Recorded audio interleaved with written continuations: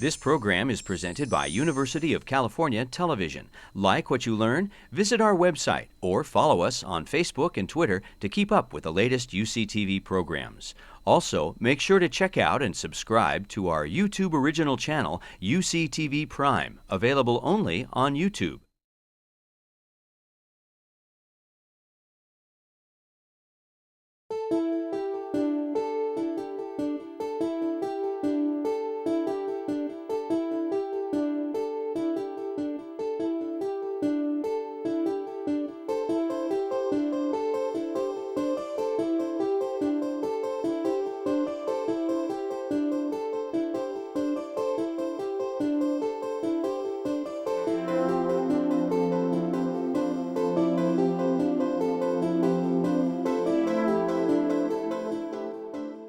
Pleased, along with the Graduate Council, to present Leon Wieseltier, this year's speaker in the lecture series.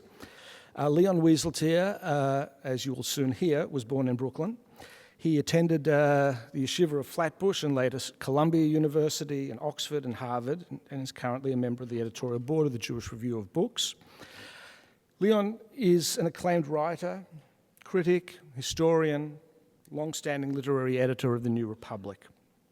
And since the beginning of his tenure there in 1983, he's published many influential articles in the New Republic and, of course, elsewhere. And for many years, he's written the weekly and very widely read Washington Diarist. And he's author of several critically acclaimed volumes, including Nuclear War, Nuclear Peace, Against Identity, and, of course, his deeply learned, deeply moving, and deeply lyrical work, Kaddish, a meditation on the Jewish prayer for the dead.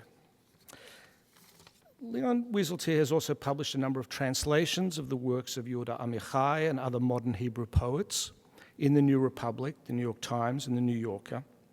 Most recently, he edited and introduced a volume of Lionel Trilling's works titled The Moral Obligation to be Intelligent. Most importantly, I think, Leon also appeared in The Sopranos. It doesn't require any further explication. You may see why he was cast in one of these roles shortly. All of his works are imbued with a deep intelligence and rapier-like wit, so much so that in a New York Times feature article about Leon, Sam Tannenhouse described him as part Maimonides, part Oscar Wilde. Now, I'm not sure exactly how accurate that is, but it is a wonderful way to be spoken of. This afternoon's talk is entitled A Passion for Waiting, Messianism, History, and the Jews. After Amichai passed away in 2000, Leon, together with Amichai's widow, Chana, went through a treasure trove of the poet's unpublished writings. In a fragment that Leon translated, Amichai wrote the following, and here is Leon's translation. As in the story of the Jew who keeps the Sabbath and finds a gold coin on the Sabbath, and does not wish to touch it, and stands over it until the 3 stars that announce the end of the Sabbath have appeared in the sky. I stand, and I stand. Oh, the pain in my legs. I stand, and I stand, but where are my stars? Maybe the stars represent the awaited Messiah. I am not sure. At any rate, this is how the great modern Hebrew poet so poignantly described the Jewish passion for waiting. Now it's time for us to hear Leon Wieseltier on that very subject. So please join me in welcoming to UC Berkeley, Leon Wieseltier. Thank you. I'm very honored to be giving the Forster Lecture on Human Immortality, and I hope my words lift you to a higher realm. It is one of the commonplaces about Judaism, historical and spiritual, that it was responsible for the idea of the Messiah, that Messianism was Judaism's innovation or Judaism's gift, a gift that backfired on the giver when it was acted upon by those Jews who, precisely because they acted upon it, became known as Christians. But Jewish Messianism, as many historians and theologians have observed, was in significant ways divided against itself. In a people so given over to Messianic theory, the scarcity of Messianic practice is striking. From the very beginning, there appeared to be a contradiction between the intensity of the Jewish tradition's interest in the idea of the Messiah and the coolness of the Jewish tradition toward the prospect of the Messiah. This contradiction might be formulated a little more sharply. For the Jews, the history of Messianism has been the history of false Messianism. It is a fact of singular importance that the people who invented the Messiah has never accepted a Messiah. So the Jewish gift, if a gift it was not merely the idea of the Messiah, it was the idea of the Messiah and the simultaneous refusal to accept one, the reluctance to be redeemed. This eschatological skepticism, as I will argue, was not merely a matter of historical circumstance. Indeed, Jewish circumstance might seem to have mandated the opposite desire, the hunger for a swift historical release. But the culture of a minority, any minority, or of an oppressed people, any oppressed people, cannot be adequately explained solely by reference to its minoritarian status or its experience of oppression. Even in adversity, people may inwardly determine themselves. So I do not believe that the messianic ideas of the Jews can be reduced to the circumstances of the Jews. Instead, I wish to show that the hesitation about the Messiah was internal to the messianic idea itself. In the Jewish tradition, the longing for redemption is regularly accompanied by a suspicion of such a longing.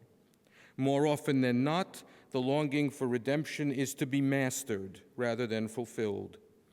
As the Israeli poet Yehuda Amichai once wrote in a poem in the 1970s, "Ani mechapes hatchalot chadashot umotzei rak shinuyim." I seek new beginnings and find only changes. For a believer, of course, all this is not really a problem. A believer would explain that the distinction between the idea of the Messiah and the reality of the Messiah is not really a contradiction at all. The redeemers whom the Jews have rejected were turned away simply because they were not the true redeemers, since they did not meet the strict and clear requirements that the rabbis devised for the evaluation of any such eschatological claim. The intellectual consistency of this rabbinical stubbornness was very powerful. Consider this passage from an epistle by Jacob Sasportas, the 17th century jurist and polemicist who was the great adversary of Shabtai Tzvi and one of the most unfairly maligned figures in Jewish history. In 1666, Sasportas wrote from Hamburg to the rabbis of Amsterdam, quote, sometimes I will read a little in the Hebrew, otherwise I will give you my translations of it. He wrote, quote, where have you seen it written in any book that we are obliged to believe that anybody who says, I am the Messiah, really is the Messiah, prior to his having behaved in the manner that Maimonides in his code of law specified that Messiahs will behave? Everything depends on the propriety of his actions. Otherwise, anybody who wants the name of the Messiah can have it if his piety has been proven, and there will be as many Messiahs as there are pious people. Close quote. It was because he believed in the Messiah that Sasportas did not believe in Shabtai Tzvi. This is a perfectly representative expression of the traditional standpoint. Opposition to a Messiah is not opposition to the Messiah. When a Savior presents himself who will meet the requirements of Saviorhood, well, then the Jews will straightforwardly agree to be saved. But an unbeliever, or more pertinently, a historian, cannot be satisfied by such an explanation for the Jewish lack of enthusiasm for redemption. He may seek a different kind of explanation, a political explanation, for example, according to which the power of a messianic figure posed too great a threat to the power of the rabbinical establishment. In such a view, the contradiction between Jewish theory and Jewish practice in the case of Messianism was the inevitable result of the refusal of rabbinical elites to entertain a challenge to their authority. No religious establishment welcomes a charismatic figure or a renewal of revelation. It is certainly true that messianic activism in the medieval and early modern Jewish world was often an expression of social and theological defiance, and it is also true that there existed a strong rabbinical interest in the discreditation of messiahs. But a purely social or political explanation trivializes the perplexity that provoked the eschatological skepticism of the rabbis. The contradiction between messianic theory and messianic practice was indeed an attempt to avert a collision between two types of authority in Judaism, but I would argue that the aversion of that collision was more than the interest of an elite. It was the interest of an entire spiritual temperament, and the short name for that temperament is halakha, or the law. The reluctance to be redeemed is a startling thing. The Jews, after all, were in exile, and in many times and in many places, exile meant also persecution. The wretched conditions in which many Jewish communities found themselves should have prepared them to welcome a great reversal of their misfortune, and yet the opposite was the case. The reluctance to be redeemed was nothing less than an indifference to their own happiness, or a refusal to confer upon their happiness centrality in their life. And the same, surprisingly enough, may be said about the Messianic expectancy. One of the most striking facts about Jewish Messianism is that there is no correlation between eschatological activity and the experience of persecution. As Gershon Cohen long ago observed, quote, "There is no discernible connection between oppression and Messianic movements. Jewish Messianic movements were not the religion of the oppressed. The Crusades, the Almohad invasion, the expulsions from England and France, the blood libels, the pastoral onslaughts, and the persecutions at the time of the Black Death, indeed even the expulsion from Spain and the Khmelnytsky massacres, did not generate a single Messianic movement. Conversely, all the Messianic efforts made in Iraq and Persia, and above all in Spain and North Africa, were undertaken in areas and in periods of relative stability." Now, subsequent scholarship has somewhat complicated Cohen's picture of the distribution of Messianic energy across the various Jewish cultures. But even if there were some Messianic stirrings in the French and Germanic lands, they were exceedingly rare and disproportionately fewer than the miseries of Ashkenazic experience might have warranted. Cohen's main point still stands. Jewish Messianism cannot be properly understood simply as a response to harsh circumstances. It was not chiefly a social or political or economic phenomenon. It was a religious phenomenon. The expression of a spiritual temperament within Judaism that continues to clash to this day with a different and more normative temperament within the same faith. The clash between the Jewish Adventists and the Jewish anti-Adventists may be described as follows. For the Adventists, or those who hunger to experience the climax, redemption is required for meaning. For the anti-Adventists, or those who actually hunger not to experience the climax, redemption is not required for meaning, and sufficient meaning exists prior to redemption, in the fallen or punished state. Redemption, after all, promised an exchange of one reality for another, a transformation in totality. In the words of the great Messianic thinker Yehuda ben Betzalel Lo, the Maharal of Prague, quote, "The coming of the Messiah represents the creation of a new reality and will cause the reality that preceded it to be lost." Close. It was the transformative nature of redemption, its totalism, that posed the problem. Historical transformation for the Jews has two faces. The arrival of the Messiah threatened the Jews not only with a consummation of meaning, but also with an expiration of meaning. The dream of a perfect future has always served as the standpoint for the most damning indictments of the imperfect present. For all its failings, however, the world in which the rabbis found themselves did not seem too paltry or too poor to nourish the soul or the community. The world as they found it was not everything, but it was also not nothing. Their eschatological skepticism may be properly understood, in fact, as a defense of the sufficiency of their circumstances for the significance that they were enjoined by tradition to impute to their lives. And this sense of the sufficiency of the actual world is foundational to Jewish civilization in ways that have not yet been properly explored.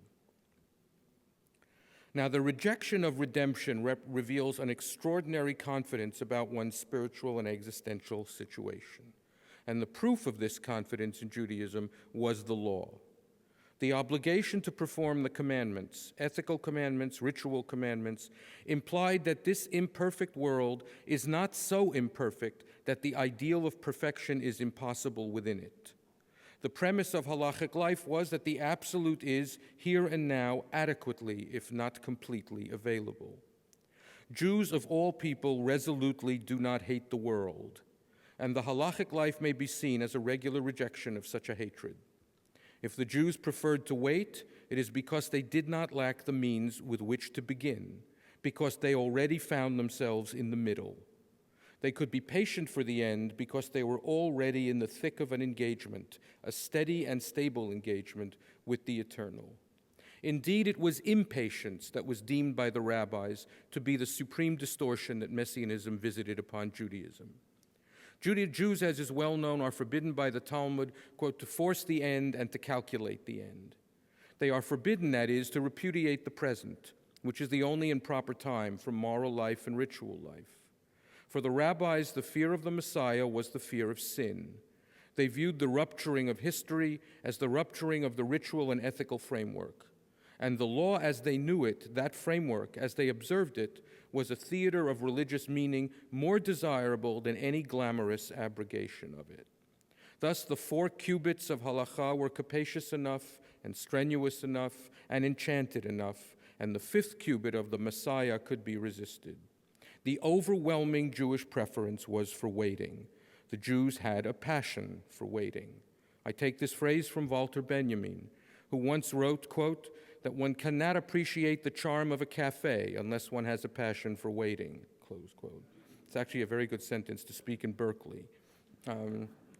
I wish to suggest that one cannot appreciate the charm of the Messiah unless one has a passion for waiting, at least if one is a Jew. There is something very radical and hugely beautiful about such constancy, about preferring tradition to salvation. And this preference is stated with surprising but not entirely adequately remarked upon candor throughout the medieval and modern tradition. Let us follow it briefly, beginning in 1263 in a remarkably blunt statement about Messianism made by Nachmanides on the 2nd day of the dramatic disputation at Barcelona. Nachmanides addressed his words directly to the king, James I of Aragon, who was in attendance and keenly followed the discussion. Quote, "My Lord King, hear me. The essence of our law and our teaching is not the Messiah. You are worth as much to me as the Messiah. You are a king, he is a king. You are the sovereign of your nation, he is the sovereign of Israel. For the Messiah is nothing other than a king of flesh and blood like yourself." Close quote. Nachmanides' point in this exchange was not only to diminish the centrality of Messianism in Judaism. He proceeded to a still more startling remark, again addressing the king. Quote, "When I serve my Creator by your leave in your realm, in the conditions of exile and persecution and servitude in which we suffer the scorn of the nations daily, my reward is great, for I am making of my own body an offering to my God, and therefore I am more and more worthy of life in the world to come. But when a king of Israel, a king of my own faith, will rule the world, and I will perforce abide by the laws of the Jews, my reward will not be so considerable." Nachmanides was here arguing for the spiritual utility of adversity. It was almost an argument for exile. The passage is especially surprising in the light of Nachmanides' own emigration or flight to the Holy Land in the aftermath of the Barcelona disputation. And it reverberates interestingly for present-day discussions about Judaism in a Zionist and allegedly post-Zionist world. But never mind its contemporary relevance for now. It is Nachmanides' circumscription of the Messianic idea that I want to recommend to your attention.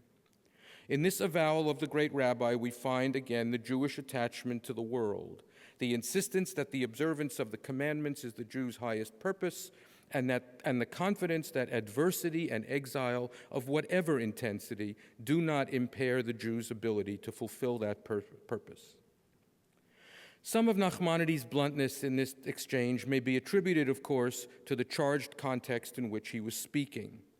The discussion of Messianism throughout the medieval tradition was frequently accompanied by harsh echoes of the disputation between Jews and Christians about the interpretation of biblical and rabbinical eschatology. Yet it is clear from his other writings that Nachmanides' relaxation of Messianism was not merely a polemical or diplomatic matter. It was rather an external expression of his internally considered view of the place of the eschaton in Jewish life.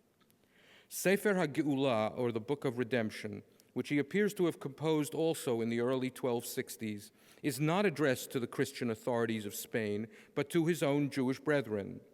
and it includes this reflection on what he calls, quote, the essence of our longing for the Messianic age. Quote, to be sure, we cling to the prospect of the Messianic redemption because it is a well-known truth expounded by our scholars and our prophets, and we attest to its truth, and we refute the words of the heretics with the proof of its truth, and we rejoice in it, for the reason that we hope that this redemption will bring us closer to God. But know, God help you, that were we to decide in our hearts that our sins and the sins of our fathers have disqualified us from the promises of consolation, and so the exile will lengthen and endure without end. And were we also to conclude that God wished to torment us for his own reasons or for our own good in this world by subjugating us to the nations, none of this would do any harm to the foundations of our faith.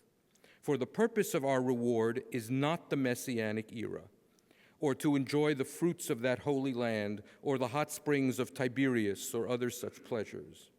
Even the restoration of the sacrifices and the services at the temple is not our highest wish. No, the object of our desire and of our gaze is the world to come, the Forster Lecture in Human Immortality, and the delight of the soul in what is known as the Garden of Eden, and the rescue of the soul from the punishment of hell. Close quote.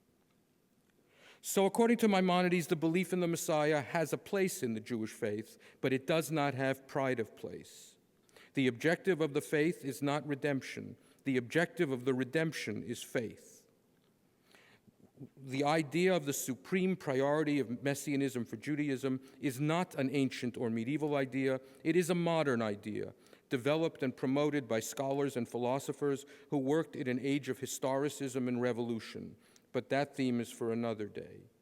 What I would like to stress here is that one of the most striking elements of Nachmanides' statement is his unequivocal promotion of the spiritual over the historical. And the rabbi's eschatological patience strikes one with even greater force a few pages later in his own treatise, where he records his conviction that Anachnu be'acharit hayamim, we are ourselves living in the end of days. Perhaps he even enjoyed the hot springs of Tiberias himself. This historical patience that I have used Nachmanides to illustrate had a long career in the history of the Jews. I will give some examples so as to gradually build my portrait of this unmessianic messianism. The same calming influence may be detected in Or Adonai, or the light of the Lord, which Chasdai Kreskas, the fiercely anti-Maimonidean thinker and one of the great statesmen of the Jewish community in Spain, completed in Saragossa in 1410. Or Adonai was the first part, the philosophical part, of Kreskas's projected systematic treatment of Jewish beliefs and practices. In the third section of his book, Kreskas lists those articles of faith, quote, that we have seen fit to include among the cornerstones of the Torah, so that the belief in them is mandatory and the denial of them is a rebellion so enormous that the denier must be counted among the heretics, close quote. Among those necessary and inalienable beliefs, Kreskas elected not to include the belief in the Messiah. Indeed, he could not have been clearer about the loss of its priority. Quote, in the absence of the Messiah, the reality of the Torah is plainly warranted, close quote. This moderation of the appetite for salvation was expressed by a man whose own son had been murdered by the anti-Jewish mob in Barcelona in 1391. Joseph Albo was a student of Chasdai Kreskas. In 1413, he played a prominent role in the disputation at Tortosa, the longest and the most troubling of all the debates that the medieval Christians imposed upon the medieval Jews. In the Latin protocol of that confrontation, it is recorded, quote, that as if in a great rage, Rabbi Joseph spoke as follows: suppose it were proved to me that the Messiah had already arrived, I would not consider myself a better or worse Jew for it. So one's Judaism does not stand or fall on one's messianism. Albo was making the same point at the debate in Tortosa that Nachmanides had made a century and a half earlier at the debate in Barcelona. And Albo's account of messianism, like Nachmanides, was not dictated solely by political pressure. In 1425, in Castile, he completed his great work on Jewish belief, Sefer HaIkarim, or the Book of Principles. It was written in part to fortify Jewish faith in the wake of Tortosa, which had been the cause of a significant number of Jewish conversions to Christianity. Near the conclusion of his treatise, Albo discusses the place of Messianism in Judaism. כל מי שאינו מאמין בביאת המשיח הוא כופר בדברי הנביאים ועובר על מצוות עשה. אבל מכל מקום אין האמנת ביאת המשיח עיקר שתבטל התורה בכללה אם לא יאמינהו אדם. Whoever does not believe in the coming of the Messiah denies the words of the prophets and violates a positive commandment. And yet the belief in the coming of the Messiah is not so fundamental that the failure to believe it will annul the Torah in its entirety. The belief in the future reward is obligatory for all who profess the divine Torah, and whoever denies it is a heretic. But an individual who believes that the future reward accrues only to the soul and only in the world to come, or accrues to the body only at the resurrection of the dead, and denies that the future reward will transpire in this world, that is, with the coming of the Messiah, he is not considered a heretic. In Nachmanides, in Kreskas, in Albo, the survival of Judaism was more vital than the arrival of its Redeemer. And this medieval disposition had a long subsequent history in the early modern centuries. In Italy, in the latter half of the 16th century, at the conclusion of a comprehensive and skeptical review of the traditions of Messianic calculation in Judaism, Azaria de Rossi cited Nachmanides' demotion of Messianism as the last word on the subject. In his revolutionary work, Me'or Einayim, or The Light of the Eyes, the book that inaugurated the critical study of Jewish history, Azaria called the Nachmanidean position, quote, dearer than gold and sweeter than honey. And after quoting it at great length, he epitomized it this way, quote, our goal is not the Messianic era, it is only the keeping of the Torah. Whether our redemption comes soon or whether it comes late, when we least expect it, we will not deviate from any obligations of the law. The principle of historical composure makes a forceful appearance elsewhere in the 16th century in Greece. There, Azaria's contemporary Solomon ben Isaac Halevi, known as Shlomo Lebeit Halevi, a great preacher and communal leader and the grandson of exiles from Portugal, asserted in a sermon in the Evora synagogue in Salonika, a congregation of Portuguese Jews, that, quote, it is commonly known that we do not uphold the Torah of Moses so that the Messiah will come. Quite the contrary. We believe that the Messiah will come because we uphold the Torah of Moses. Even if we conjecture that the Messiah will not come, Moses is truth and his Torah is truth. The point could not be clearer. In a sermon in the winter of 1573, Solomon remarked, quote, many times I have preached to the populace that a man's reason for being a Jew is not that in the future the Messiah will arrive. Whether the Messiah does or does not arrive, an individual of Israel is obligated to be a Jew by the intrinsic truth of Judaism, close quote.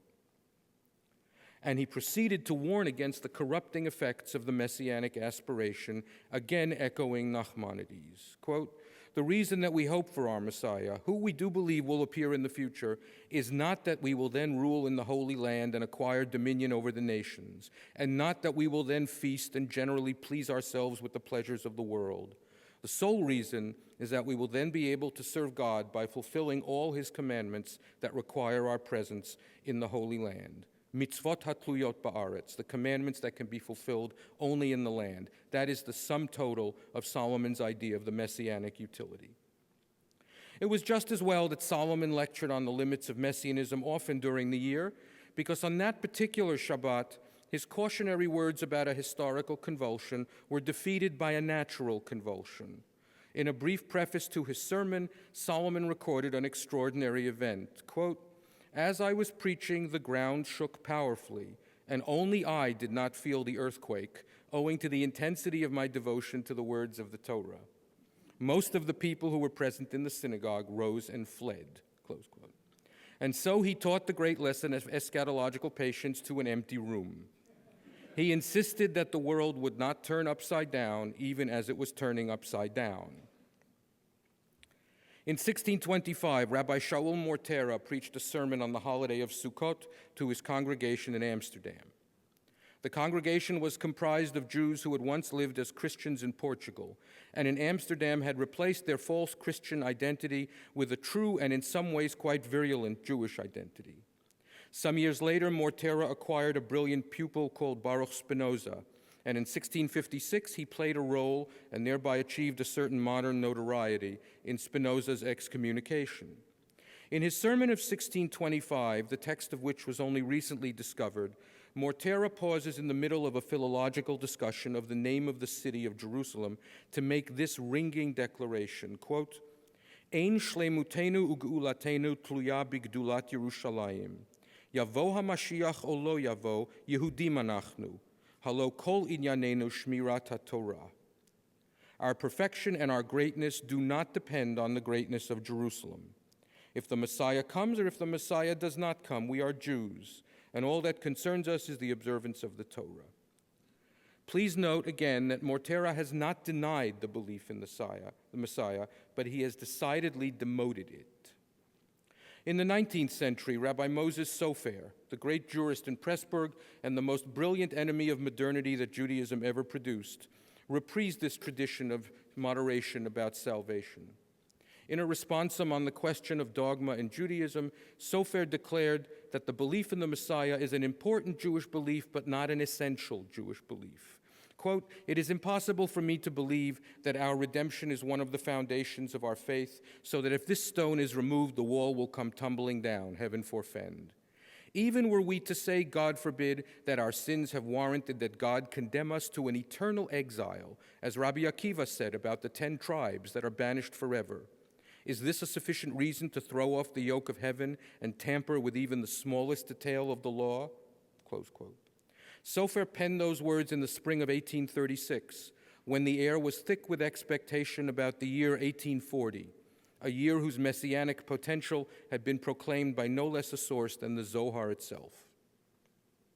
I will conclude this tour, and many more stops could have been made on it, in the 20th century, when the cause of Jewish inexcitability was taken up most memorably by a non-legal thinker and a secular Jew who nonetheless thought obsessively and tormentedly about the law.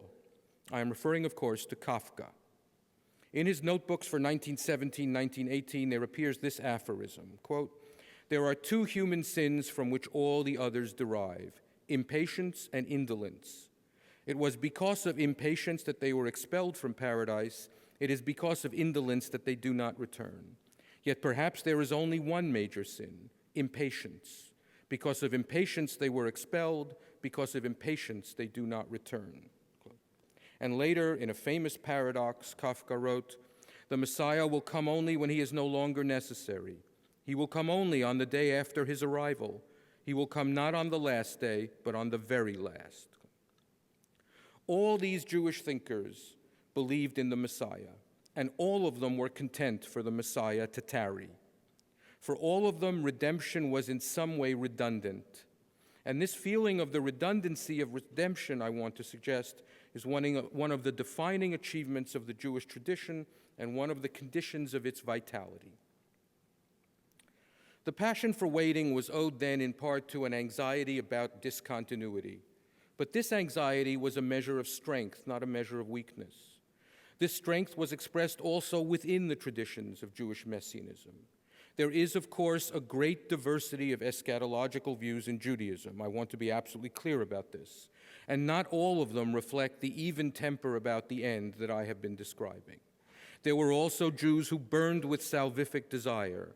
There was an old strain of Jewish Messianism that was militantly utopian and militantly apocalyptic and dreamed of discontinuity and thirsted for a new beginning. This new beginning would be announced by a number of signs, and foremost among them was the abrogation of the law. Antinomianism is an old and recurring feature of apocalypticism in Judaism. The impatience with history was frequently expressed as an impatience with law. In the age of redemption, certain laws will become obsolete.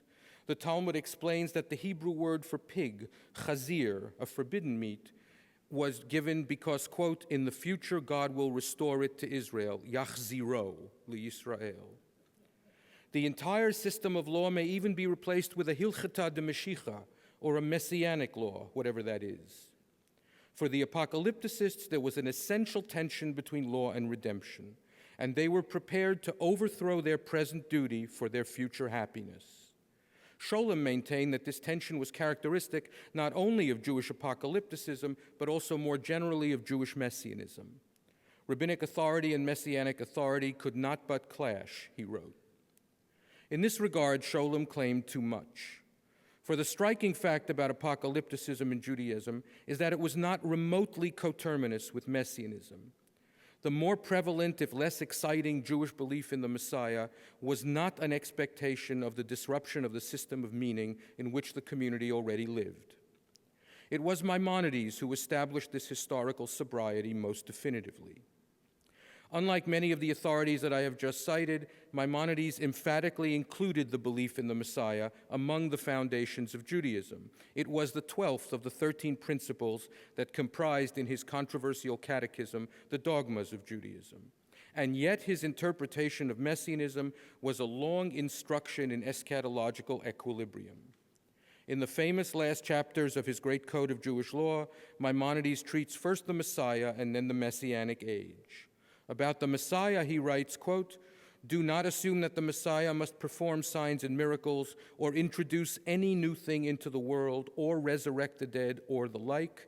For the laws and the statutes of our Torah are for always and for all time. There is no adding to them and no subtracting from them," close quote. The anti-antinomianism could not be more plain. Eschatology here finds its absolute limit in the law. Not only is the abrogation of the law not a sign of the appearance of the Messiah, it is a sign that the appearance of the Messiah was a false one, an illusion, a hoax. In the uncensored version of this chapter of his code, which includes an explicit refutation of the messianic pretensions of Jesus, Maimonides makes the supremacy of halakha and its role as the proper context for the consideration of the end of history completely clear. When the Messiah arrives, he declares, those who maintained that he would nullify the law, who said, quote, that the commandments were true but they have lost their validity and are no longer binding, close quote, will, quote, recant and realize that they have inherited nothing but lies from their fathers, close quote. And this indissolubility of law is not only historical, it is also cosmic. Maimonides begins the next chapter, which is the final chapter of his code, with these exceedingly sober and naturalistic words. Al ya'aleh al halev shebiyamot hamashiach yibatel davar miminhago shel olam, o yiyeh shum chidush b'maaseh breshit, ela olam keminhago noheg. Do not assume that in the days of the Messiah any of the laws of nature will be annulled, or that any new thing will be introduced into the order of creation. The world will follow its customary course. For the Messianic age to be experienced as the fulfillment of what came before it, some continuity had to be necessary. Maimonides made the Messiah less frightening by making the Messiah less revolutionary, by assuring the community that upon the arrival of the Messiah, their world would still be recognizable to them. In the concluding part of his code, Maimonides famously cited as the correct definition of the messianic difference the remark in the Talmud by the sage Shmuel in the late 2nd or early 3rd century that, quote, the sole difference between the present age and the messianic days is delivery from servitude to foreign powers, close quote. The messianic change would be only political. The world would be made not new, only better. This was a messianism that preserved the identity of the world and preserved the identity of the self. It was the titanic figure of Maimonides who stood athwart Scholem's lifelong campaign to secure a scholarly foundation for his fascination with apocalyptics. He went to great lengths to deflect and even to deny the influence of Maimonides upon Jewish messianic belief. He resented the widespread notion that the medieval rationalist had established an eschatological norm. He resented it on scholarly grounds because his researches had revealed a vast body of more melodramatic thinking about the end of days, and on philosophical or rather anti-philosophical grounds because he never abandoned the Weimar Romanticism of his youth, which he and many young intellectuals of his generation in Germany adopted as a response to what they perceived as the sterility of rationalism. In 1978, in a response to his critics at a symposium which was published after his death, Scholem railed against the arrogance of Maimonides. Quote, How did he dare to posit as matters of law, with the explicit authority of law, notions that have no foundation in any tradition of the founders of our nation, close quote. Scholem also wondered how, quote, the man dared to promote into laws ideas that appealed to him on the basis of his studies of non-Jewish thinkers, close quote, Aristotle, Al-Farabi, and the others. Moreover, Maimonides, according to Scholem, suppressed the sources that he did not admire. And then Scholem hurled his greatest curse, that Maimonides owed his prominence in the understanding of Jewish messianism to the apologetics of the emancipated Jews of the 19th century, who wished to present to Europe a tamed and reasonable and unthreatening version of Judaism. Scholem, of course, despised nothing more. Quote, I am convinced, he wrote, that the messianic views of Maimonides are a radical element within the tradition which pointed away to all those who had no interest in apocalypse. It is no wonder that in the 19th century, in the era of civil emancipation of the Jews of Europe and elsewhere, it was convenient for them to cite the Maimonidean formulations and portray the messianic idea as purely restorative, built on the denial of its foundations in myth and their banishment to the realm of the imagination, close quote. About the arrogance of Maimonides, Scholem was certainly right. Even the most devoted Maimonidean can be shocked by Maimonides' conception of himself. Scholem was also right that there is a diversity of messianic ideas in Judaism. But about the sin of external influence upon Maimonides' thought, Scholem is simply embarrassing. Moreover, even those thinkers whose eschatological conceptions were more robust than Maimonides, Isaac Abravanel or the Maharal of Prague, even they did not carry their visions of historical disruption all the way to the apocalyptic extreme. And it is inaccurate to claim that the unconvulsive messianism of Maimonides was based only on a single saying by a single Talmudic figure. His discussion of eschatology cites many biblical and rabbinical sources. As for the canonical stature of Maimonides, Scholem and the other despisers of reason may not have liked it, but it was a brute historical fact. The Maimonidean construction of the end of days was not a radical element within the Jewish tradition, it was an anti-radical element, and its influence was immeasurable. In its insistence upon the immunity of natural law and religious law to historical convulsion, Maimonidean messianism struck a decisive blow against the romance of historical explosion. In Judaism, we might say, law is the antithesis of utopia. There is in a variety of medieval and early modern Jewish thinkers the view that the immutability of the Torah, an axiom of Jewish faith since antiquity, guarantees the immutability of the world that was created for it to be fulfilled in. I will not trouble you with these texts now, except to note their implication that a belief in the law entails a belief in the world. The world that abides is not a perfect world. The need for law is itself evidence of its imperfection, but it is a sufficient world, a world right for its purposes. The commitment to normativity removes the grounds for a rejection of the world and also for the hunger to destroy it so as to renew it. Law or normativity in this understanding is an antidote to the nihilistic element, the appetite for destruction, in the apocalyptic critique of the world. The acceptance of the world that is a condition of the law is not a form of complacence, since the law is itself a standpoint for criticizing the world and for not conforming to it. But the law-abiding Jew nonetheless feels adequately conditioned for a significant life. Messianism is commonly interpreted as a variety of idealism. But if idealism is only a part of the Jewish tradition's attitude toward the world, then Messianism must stand in some relationship also to realism. What we have here is a messianic temper that prizes an attachment to reality. And this attachment is not experienced as a paradox or a tension or a contradiction. And it helps to make sense of the paucity of messianic activity in this people who invented the Messiah. For insofar as messianic activity was an open expression of hostility to reality, it was bound to be constrained. There remains, of course, the matter of messianic calculation. The Jewish tradition of Messianic calculation was long. It amounted indeed to an entire genre of Jewish literature.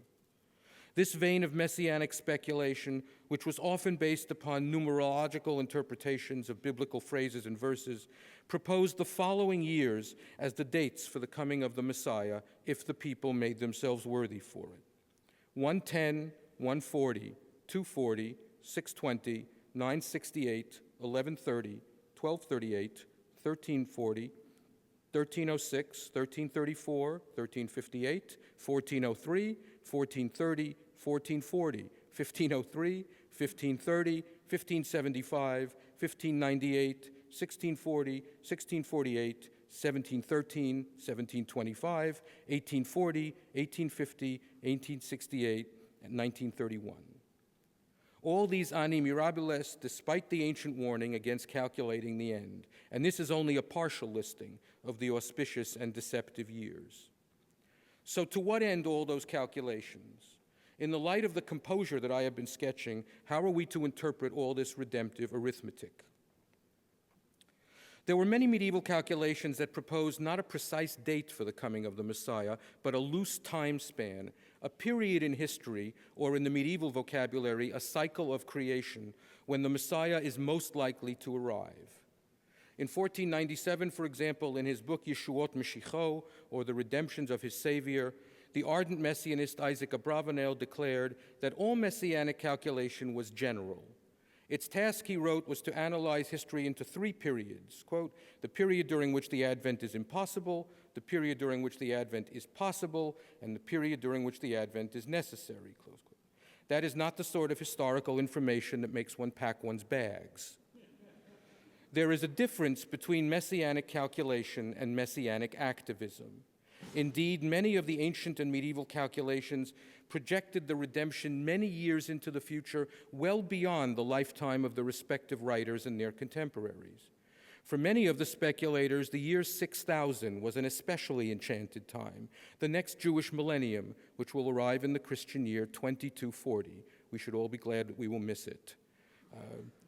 The Messianic calculations were not designed to incite, though some of them did. They were designed rather to console. They were promises, not plans. The problem that they were designed to solve was not the problem of Jewish exile, it was the problem of Jewish despair. For the Messianic calculators were playing with fire. Eschatological precision ran the risk of eschatological disappointment. This was clear already in the Talmud. Quote, Rab Shmuel ben Nachmani said in the name of Rabbi Yonatan, "May the bones of those who calculate the end be blasted, for they would conclude that since the determined time has arrived but the Messiah has not come, he will never come. No, we must wait for him." Close quote.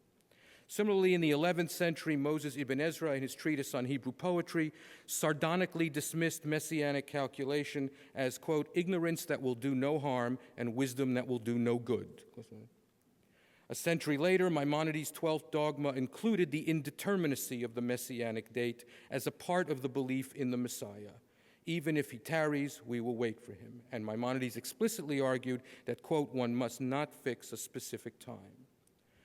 Nachmanides warned that the disclosure of the date of redemption would lead, quote, to rifyon v'chalishut tikvatam, a demoralization and a weakening of the people's hope. This is especially striking because Nachmanides himself engaged in eschatological computation and promoted the year 1358 as the Messianic year. He explained his apparent inconsistency this way. What we have said about the end, dvarenu baketz, divrei shema ve'efshar, those are words of maybe and perhaps. We possess no knowledge on the basis of which a certain truth may be inferred, so that we could say, it is just so. We are not prophets who can vouchsafe the secrets of God. It is rather the case that we hope for the time to come, and we hold this belief generally. So it was not knowledge that these dates furnished, it was hope. When the predictions were valued, it was not for the historical illumination that they provided, but for the spiritual fortification. Insofar as they abetted hope, they were acceptable. Insofar as they impeded hope, they were not acceptable. For as Joseph Albo remarked in his discussion of these calculations, quote, these things are mutually determined. Hope is the cause of strength, and strength is the cause of hope. While there is no correlation between crisis and Messianic activity, there is a correlation between crisis and Messianic speculation. This is not hard to understand. In the wake of persecution and displacement, particularly in the wake of the expulsion from Spain, divrei shema ve'efshar, words of maybe and perhaps, were not enough. There was a wound to heal, and the discussion of the Messiah and the concretization of the Messianic promise hoped to heal it. But again, adversity is never the whole story. I would like to suggest another way to understand this disjunction between Messianic fantasy and Messianic activity, between the theory and the practice. This disjunction is problematic and seems like a contradiction only if we continue to accept the most common assumption about Jewish Messianism, which is that it was essentially revolutionary. Scholem in particular stressed the revolutionary character of Jewish Messianism. He painted a long and thrilling portrait of the Messianic energies in Judaism, and in the flamboyant figure of a certain Moses Dobrushka, a Moravian Frankist who became a Freemason and died with Danton at the guillotine in 1794, Scholem believed that he had tracked those energies all the way to the French Revolution. More generally, the revolutionary interpretation of Jewish Messianism was popularized by the so-called secularization thesis, according to which Marxism and the revolutionary traditions of the modern world were at bottom translations and transpositions of Jewish or Judeo-Christian eschatology. But what if the opposite is true? What if Messianism played not a revolutionary role in Jewish life, but a conservative role? Recall Scholem's most famous formulation of Jewish Messianism, quote, "a life lived in deferment," close quote. Scholem believed that Messianism demanded a price, and the price was a certain unreality that attached to Jewish existence. Quote, "There is something grand about living in hope, but at the same time there is something profoundly unreal about it. It diminishes the singular worth of the individual, and he can never fulfill himself, because the incompleteness of his endeavors eliminates precisely what constitutes its highest value. Thus, in Judaism, the Messianic idea has compelled a life lived in deferment in which nothing can be done definitively, nothing can be irrevocably accomplished. One may say perhaps that the Messianic idea is the real anti-existentialist idea. Precisely understood, there is nothing concrete that can be accomplished by the unredeemed," close quote. To a student of the Jewish community of the medieval and early modern world, this passage of Scholem's is deeply vexing. Nothing concrete that can be accomplished by the unredeemed? As a description of the inner and outer realities of traditional Jews, that is spectacularly wrong. Jewish life was never as drained or as postponed by the future as Scholem described it. It was the objective of halakha and of the halachically constituted community to ensure that something can be done definitively, that something can be irrevocably accomplished. And this objective was attained annually, monthly, weekly, daily, and hourly. The remarkable thing about Jewish life in exile was not how much was deferred, but how much was not deferred. Anyway, what sort of ideal is the deferment of the ideal? Is not the deferment of the ideal, in fact, a way of making peace with the real? Scholem describes the duration before the arrival of the Messiah as, quote, "the centuries of exile when Jewish history was unprepared to come forward onto the plane of world history," close quote. I do not quite know what he means by this Hegelian judgment. This long unredeemed period in Jewish history, this allegedly prehistorical or non-historical or ahistorical era, was precisely the time in which the Jews created their civilization. More importantly, and here we approach the modern bias in the interpretation of Jewish Messianism, which Scholem perfectly exemplified, the Jewish spirit never regarded itself only historically and never regarded history as the last word. If thinking messianically is the most intense way of thinking historically, then the circumscription of Messianism, the restoration of a more complicated and less inflamed view of its place in Jewish life, is also a circumscription of historicity. So I would describe the conservative character of Jewish Messianism this way. It protected the traditional acceptance of the world by confining the desire for change to a hope. For it was the premise of the current of thought that I am here describing that the acceptance of the world was worthy of protection. The acceptance of the world, indeed, was one of the great achievements of a people to whom the world had not been kind. This was the spiritual challenge posed by Jewish Messianism: to criticize the world without rejecting it, and to change the world without destroying it. or conversely, to accept the world without being complicitous with it. The paradoxical character of this eschatological temper, this spirit that wished to conserve what it wished to perfect, accomplished both these goals. In one of his letters, Seneca declared that, quote, "You must either hate the world or imitate the world." But surely it is possible neither to hate it nor to imitate it. Messianic speculation was an exception to the Jewish patience with history. It was not the exception, it was the expression of it. It was the tribute that realism paid to idealism.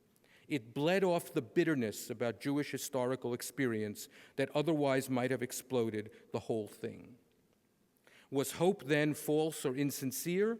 Was hope a form of bad faith? Was hope an illusion? Was it, as Scholem believed, the enemy of reality? Not exactly. The understanding of Messianism and Judaism will not be furthered by platitudinous notions about the relationship of theory to practice. For hope stands somewhere between theory and practice. It is the ground of, but not the reason for, historical action. Hope is a weaker form of historicity. Quote, "The longer the Messiah will tarry, the greater will be the hope," Maimonides explained to the Jews of Yemen in 1172. Better hope than disappointment. That was the Jewish retort to utopianism. In the Jewish tradition, then, Messianic speculation may be seen as a kind of thinking about change that was not quite a preparation for action. Messianic calculation described the point at which the world would be changed by an accumulation of actions, none of which were designed to change the world. The Messiah would arrive, the ancient rabbis said, when all the people of Israel kept 2 Sabbaths. Did they mean that the keeping of the Sabbath was a messianic activity? They did not. They meant only that the performance of moral and ritual duties by the individual and the community would have a cumulative effect upon the destiny of the Jews and the destiny of the world. But this destiny was to be attacked indirectly. We are not enjoined to live climactically, we are enjoined to live significantly. A Messiah who is not a revolutionary, criticism without nihilism, a change that is not an end, fulfillment without closure, a climax that preserves, a hope that neither lulls nor incites. Those are not contradictions. They are rather the terms of a certain messianic spirit in Judaism. And they are remarkably unlike the terms of messianism in modern Western politics. At the end of Minima Moralia, Adorno wrote, quote, "The only philosophy which can be responsibly practiced in the face of despair is the attempt to contemplate all things as they would present themselves from the standpoint of redemption," close quote. The Jewish tradition, or at least the portion of it that I have presented here, teaches otherwise. It teaches that in the face of despair, one must resist the standpoint of redemption. For what is redemption if not an invitation to despair? Perhaps that is precisely where modern messianism lost its way. It sought to meet despair with revolution. Against Adorno and the modern secularization of the apocalyptic dream, I would leave you with this exhilarating remark by Shlomo Lebeit Halevi in a commentary on a Talmudic parable.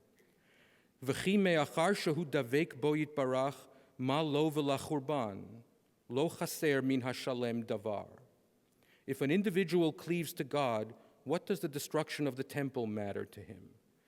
And he continues, the power to cleave and to pray and to plead is available even in the era of exile. And he concludes, there is nothing lacking for perfection, close quote. Nothing, that is, in history. What is lacking for perfection is only the lack in ourselves. Thank you very much.